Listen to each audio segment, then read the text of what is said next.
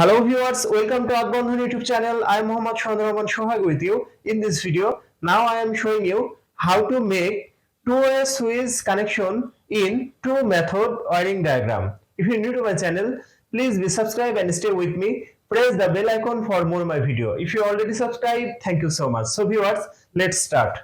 Switch 1 and switch 2 bulb phase connection to switch 1 L1 terminal.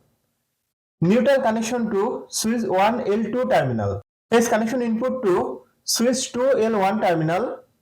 Neutral connection input to switch 2 L2 terminal. Output connection from switch 1 to bulb. Output connection from switch 2 common terminal to bulb. Now this circuit is ready for use. Press the switch, the light on, and again press the light off. So viewers, that's my video. If you like my video, please like, share and subscribe my channel. Share my video to your friend and share my video to your all social media. Thanks for watching my video and thanks for being with me. Thank you so much.